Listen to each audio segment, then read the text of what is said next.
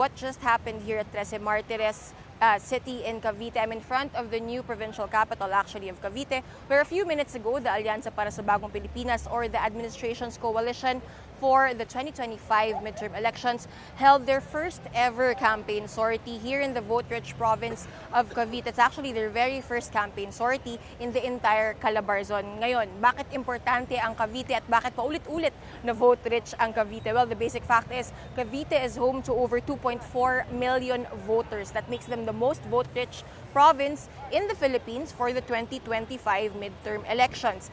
Obviously, that makes it crucial for any candidate, for any slate, for any aspiring national candidate to court the votes of Caviteños. For context, noong 2022, now President Ferdinand Marcos Jr., the chief campaigner of the Alyansa, did very well in Cavite and even dominated the presidential elections. He got over 1.1 million votes compared to his closest rival then, former Vice President Leni Robredo, who garnered over 400,000 votes here in Cavite. Needless to say, they want to repeat that sort of dominance for their candidates in the 2025 elections. Ngayon, yung Alyansa, three of their candidates actually traced their roots or were actually public officials here in Cavite. Of course, si Senator Bong Revilla was once governor of this province. Senator Tolentino is also from Cavite, as well as Senator Ping Lacson.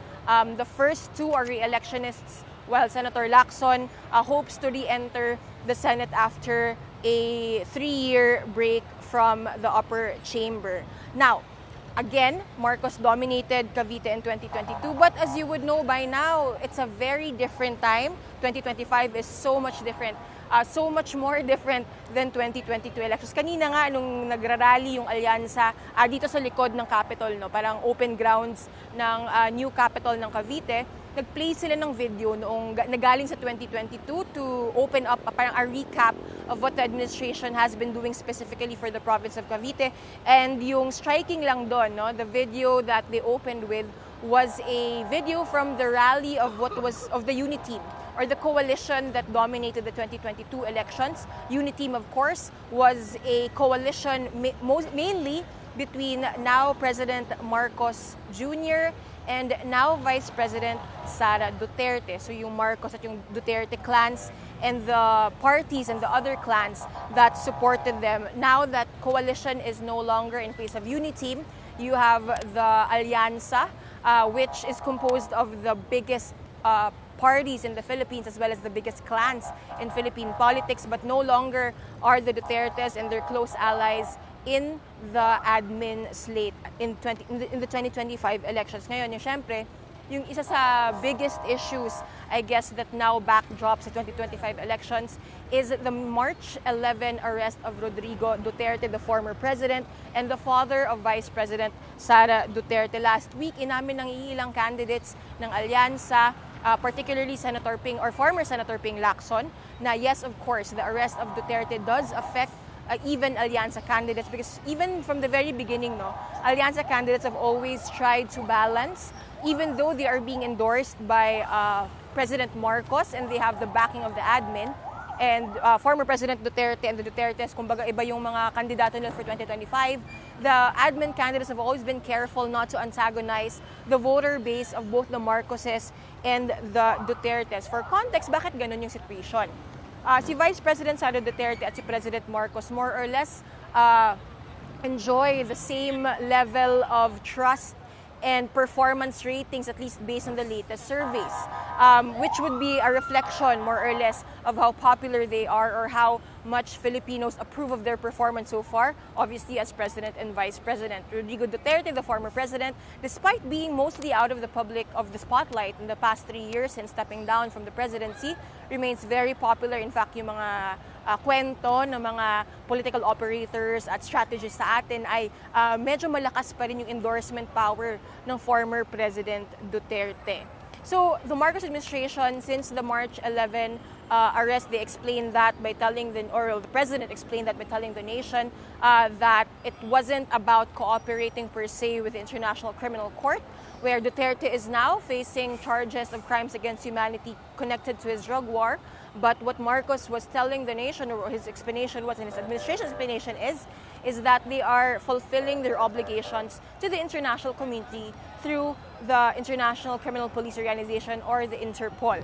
So yun yung pag-explain ng Marcos administration. Yet at the same time, the reality is the Duterte clan remains very popular in the Philippines, and therefore you'll have politicians expressing sympathy, for example, towards the former president.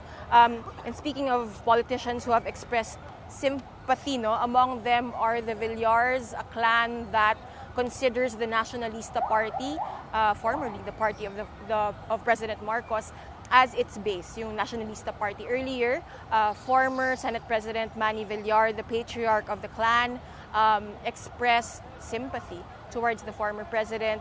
Senator Cynthia Villar, the mother of two Villars also in politics, also disagreed with the arrest of the former president. Conspicuously absent from today's rally is Deputy House Speaker Camille Villar, their daughter, who is a candidate of Alyansa. Nung Tacloban last weekend, wala din si House Deputy Speaker Camille Villar. Ang sabi ni Congressman Toby Chanco, who is the campaign manager of Alyansa, nagpaalam daw si Representative Villar at sabi niya may sakit siya. Nag-text na tayo at nagtanong na tayo kay Toby Chanco kanina lang kung nagpaalam ba si Kong Villar at kung ano yung reason why she chose not to appear in today's rally here in Cavite. Of course, also absent from today's rally is Senator Imee Marcos, the sister of President Marcos, who just yesterday actually led a Senate probe into the arrest of Duterte, probing Philippine officials kung bakit inaresto, ano yung legal framework, ano yung explanation, kung legal ba yung pagpapaaresto niya. Yung interesting din na tidbit doon, yung dalawa sa opisyal na kumbaga quiz niya kahapon before the Senate Foreign Relations Committee are politicians from Cavite,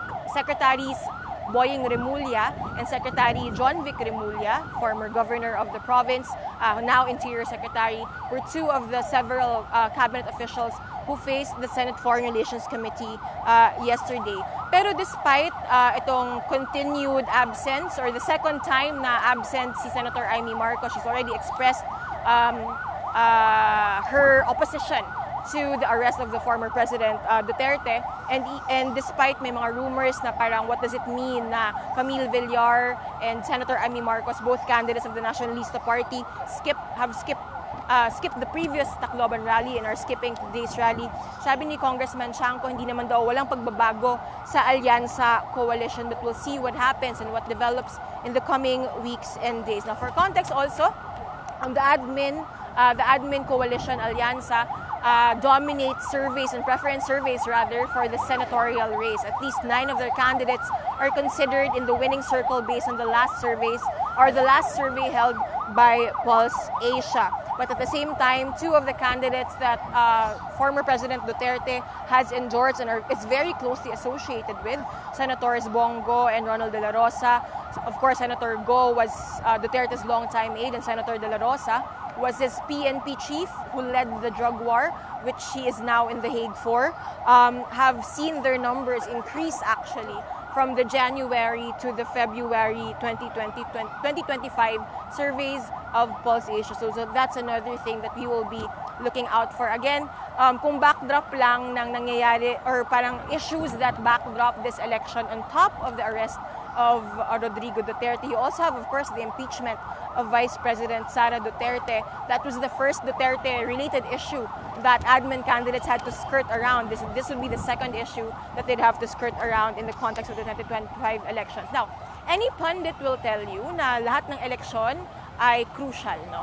Presidential elections because, of course, you elect the highest-ranking official in the Philippines.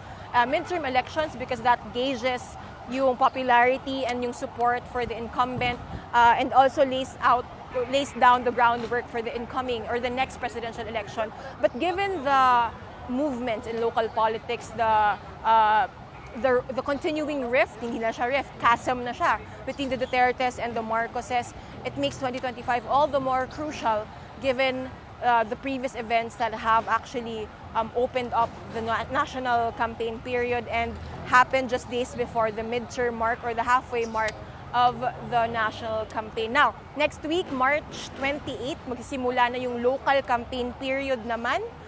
So kung mapapansin nyo, mas iingay na siguro yung mga kalsada nyo, maririnig nyo yung mga jingle at mga campaign slogans ng mga local candidates from congressman all the way down to mga sanggunian, tsaka yung sanggunian on the provincial and the city level or the municipal level. So we will also be giving you updates from that day on March 28th. Now for more updates, conversations related to the 2025 elections, as well as the issues that frame the 2025 elections, you can go to the Governance and Politics channel in the Rappler Communities app. You can download that, go to the Rappler website. All the updates are there. You can chat with me and my colleagues in Rappler who also cover the elections. You can talk to editors and pundits there as well. Again, this has been Bea Cupin reporting live from 13 Martires, Cavite, in front of its new Capitol building. Keep it on Rappler for updates on the 2025 elections. Good evening.